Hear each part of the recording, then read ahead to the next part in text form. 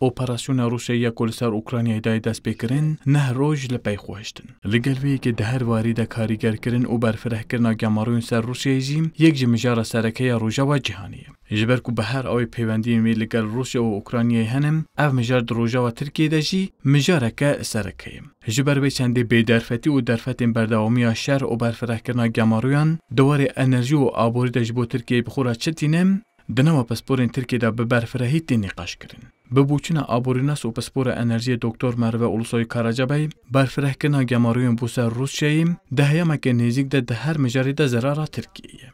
Kesinlikle dezavantajlı bir süreç. Bu savaşı kimse istemez.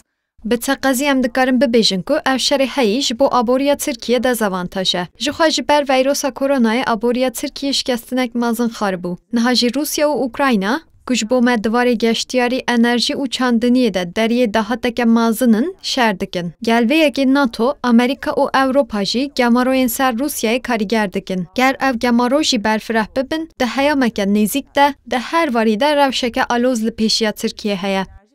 Berhemberî wê yekê aborînas Profesör Doktor Abuzer Penar jî dibêje, êdî hevsengiyên heyiyên enerjiyê temamî diguhere. û de eger lazbûna Rûsyayê de dê gelek xetên enerjiyê li ser Tirkiye bo Ewropayê biçin. û ev yek jî bo Tirkiye derfeteke mezin e. Beklenenden çok daha geniş bir cephe oluştu bu ekonomik yaptırımlar konusunda ve her şeyi kapsıyor. Çarşoveyeke gelekî berfireh ya gemaroyan hatiye karîgerkirin li ser Rusyayê û Rusyayê jî ev qasî çaverê nedikir. Şer bi dawî bibe jî dê bandor û nîqaşên vê derbarê de heta heyameke dirêj berdewam bike. Ji ber vê çendê ger Tirkiye polîtikayeke rast birêve bibe û bandora Rusyayê lawaz bibe, enerjî û gaza li deryaya naberast, İran, Azerbaycan, Iraq û taybetî ya Herêma Kurdistanê dê bi ser Tirkiye re bo Ewropayê bêrêkirin. Helbet, di heyameke dirêj de ev jî derfeteke mezin e bo Tirkiyeyê.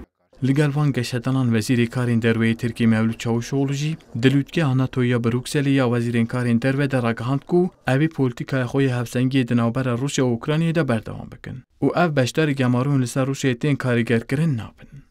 Vural erişmiş. Kurdistan 24, Ankara. Bu yaptırımı uygulayan ülkeler ve onların vatandaşları bakımından